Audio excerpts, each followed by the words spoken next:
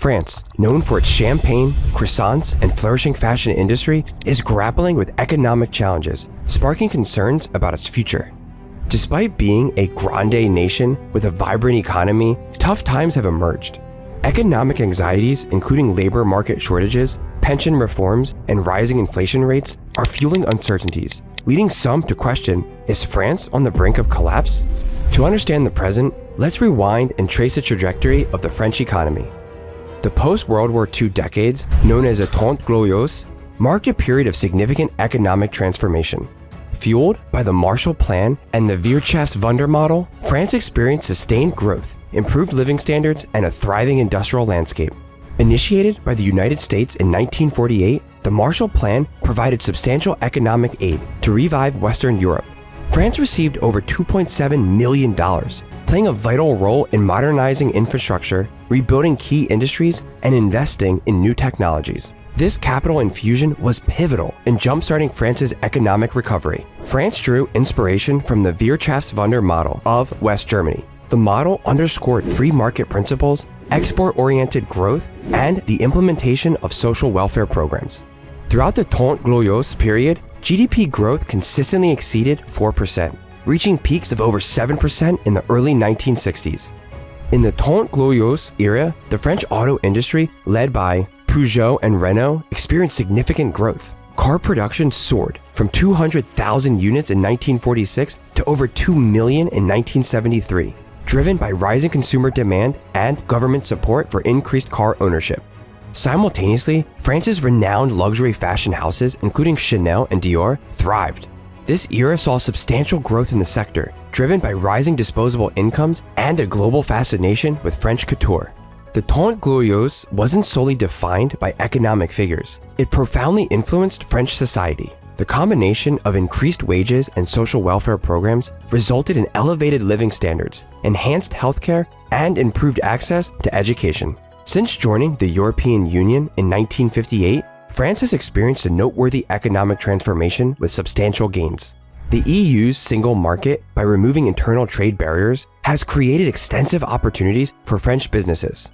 France's exports to other EU countries have nearly tripled, establishing the nation as a significant player in international trade, notably in the car industry. Renowned French brands like Peugeot and Renault, recognized for their style and performance, exported over 50 billion euros in 2020 alone. This impactful export translates to over 8.5 million French cars navigating European roads. French luxury goods, including Louis Vuitton handbags and Cartier watches, brings in over 35 billion euros each year, making France the world's second largest exporter of luxury goods.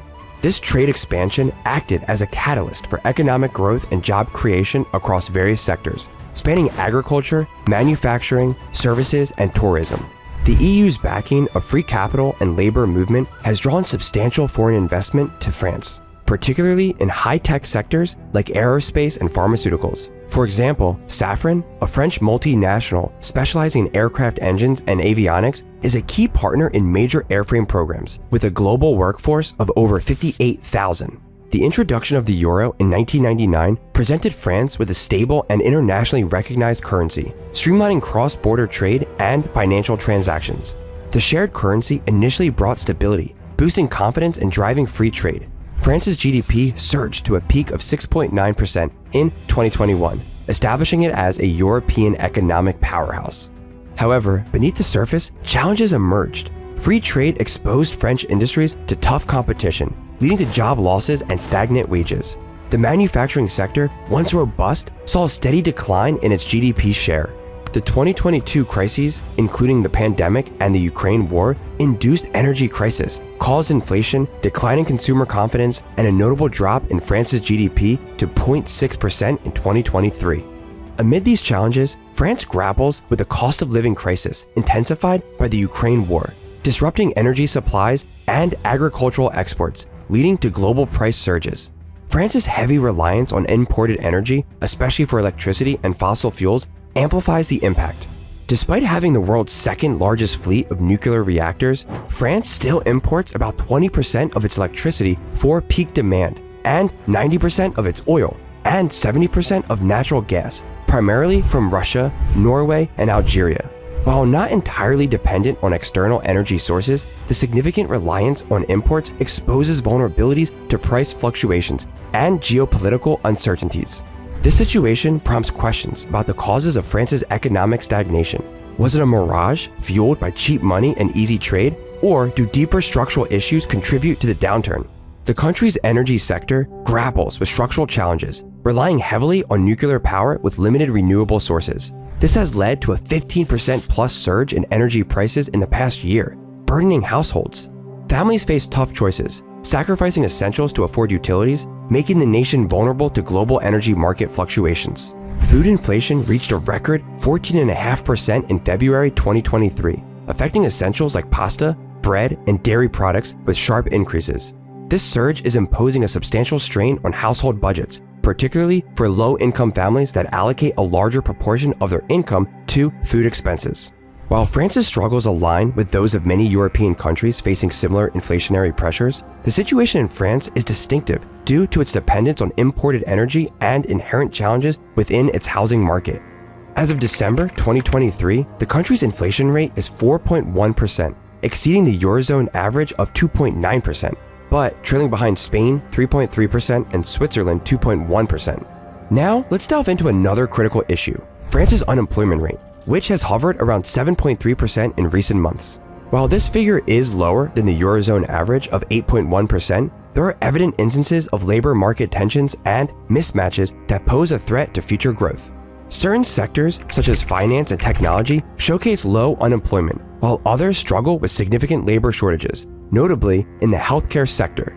France requires an estimated 200,000 additional healthcare workers by 2030. Shortages are affecting hospitals, nursing homes, and rural areas.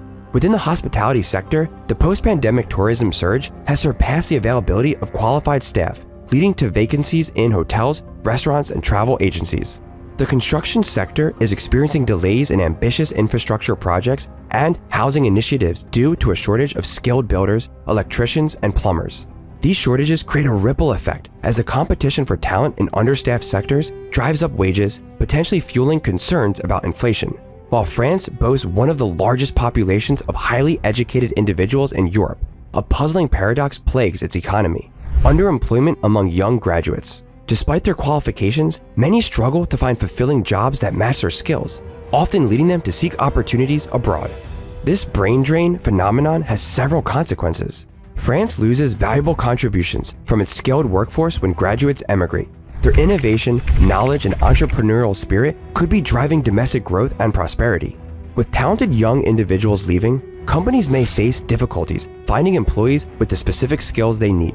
This can hinder productivity and economic dynamism. Estimates suggest around 3 million highly educated French individuals live and work abroad. A 2022 study by the OECD revealed that around 40% of French graduates under 35 were considering working abroad. This phenomenon cost the French economy an estimated 100 billion euros annually. Several factors contribute to these labor market tensions, including France's aging population, which leads to a smaller pool of potential workers entering the labor market. This brings us to the next problem that has ignited much anger among the French population in recent months.